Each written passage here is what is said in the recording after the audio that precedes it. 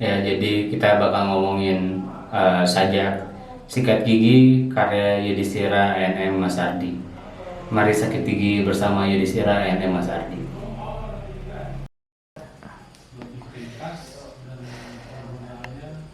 Jadi pada tahun 1978, Stadikal Zumbahri dan Abdul Hadi WM melakukan protes pada Dewan Kesenian Jakarta. Protes mereka terjadi karena pada tahun itu diselenggarakan sayembara puisi dan mereka juga menang. Mereka menolak naskah mereka dijadikan juara karena ada salah satu karya yang dimenangkan, karya seorang penyair muda.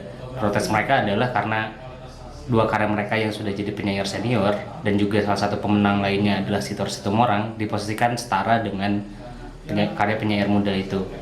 Nah, penyair muda itu adalah Yudhistira A.N.M. Masardi. Yudhistira A.N.M. Masardi memiliki kontribusi yang cukup menarik pada perkembangan sejarah sastra Indonesia, terutama perkembangan puisi. Tapi mungkin namanya jarang kita dengar. Sehingga pertanyaannya adalah siapa sosok Yudhistira A.N.M. Masardi? Nah, dia ini adalah seorang penyair yang terlibat dalam generasi puisi Mbeling yang terbit di majalah Aktuil. Nah, salah satu yang sangat identik dengan gerakan puisi Mbeling adalah gerakan humor atau olok-olok. Jadi mereka membawa narasi humor yang biasa puisi itu adiluhung, sublim, dan sebagainya yang biasa kita kenal. Mereka labrak dengan humor dan olok-olok. Menurut Bandung Mawardi, salah seorang kritikus sastra Indonesia, dari judul sajak sikat gigi, Yudhistira A.N.M. Masardi atau Yudhistira Masardi membawa metafora sikat gigi yang sangat jarang ada di perpuisian Indonesia.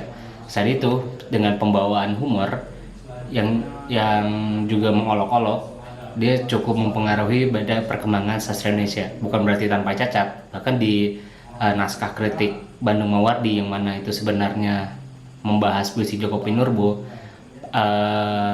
dia melihat bahwa meskipun membawa humor, Yudhistira A.N.M. Masardi masih memiliki beberapa celah, dan itu diperbarui oleh Djoko Pinurbo, yang mana Djoko Pinurbo sangat ketat tentang alur, tentang dimana humor akan muncul, sementara itu longgar di puisi-puisi Yudhistira A.N.M. Masardi.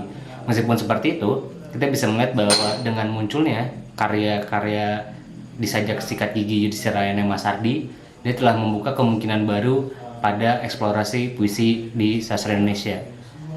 Salah satunya pernah dibahas di buku ini. Ini karya Kori Layun Rampan, soal puisi Indonesia kini, sebuah perkenalan tahun 1970-an.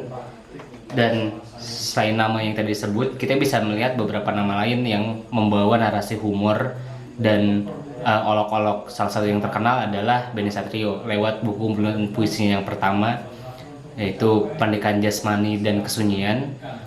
Juga buku puisinya yang kedua, Antar Kota Antar Puisi, dan yang terakhir ada buku karya Dea Anugrah berjudul Kertas Basah. Di sini dia menulis puisi dan anti puisi. Soal itu mungkin akan dibahas lain. Hanya saja keterpengaruhan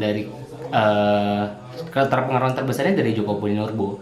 Hanya saja dengan adanya sajak sikat gigi, Yudhistira A.N.M. Masardi membuka kemungkinan lain atau membuka pintu pada eksplorasi puisi berbahasa Indonesia yang direspon terus ke depannya. Sekarang juga ada mungkin sebelum itu soal puisi-puisi yang naratif, puisi-puisi yang menyerupai cerpen segala macam itu mulai banyak juga, dan karya seperti karya Charles Bukowski sudah diterjemahkan. Itu bisa diterima kalau menurut saya karena salah satunya kesempatan itu telah dibuka oleh sajak sikat gigi karya Yudhistira A.N.M. Masardi. Untuk tahu seperti apa bisa dicari di internet banyak, dan nanti saya akan membacakan salah satu puisinya, yaitu Sajak Sikat Gigi. Sajak Sikat Gigi karya Yudhistira A.N.M. Masardi. Seseorang lupa menggosok giginya sebelum tidur. Di dalam tidur ia bermimpi ada sikat gigi menggosok-gosok mulutnya supaya terbuka. Ketika ia bangun pagi hari, sikat giginya tinggal sepotong. Sepotong yang hilang itu agaknya tersesat di dalam mimpinya dan tidak bisa kembali. Dan ia berpendapat bahwa kejadian itu terlalu berlebih-lebihan. 1974.